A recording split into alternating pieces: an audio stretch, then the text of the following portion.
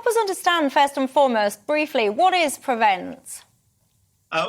Good evening, Michelle. Well, Prevent is actually part of the counter-terrorism strategy for the UK. It's one of the 4 Ps, and its aim is to stop people killing other people because of radicalisation, being radicalised, but also committing suicide in doing that often. So it's about protecting people. It's about turning people away from radicalisation, and it has had a lot of successes, but clearly quite a few failures as well.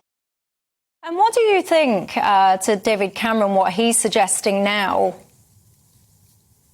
Well, I certainly think that this strategy has worked.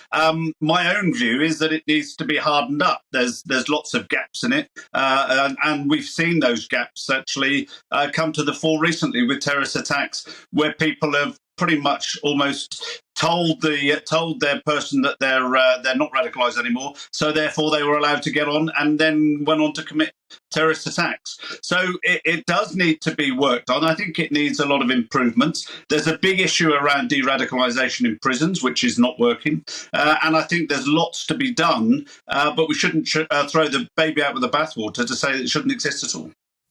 So David Cameron, I mean, he's specifically accusing certain Muslim groups who are criticising Prevent as, I quote, enabling terrorism. Is that fair? Yeah. Quite rightly so, because there are groups of people that don't want Prevent to be part of the government. They don't see, or they see that they're being picked on and that they should be able to deal with this themselves. But of course, they've been seen to fail in that.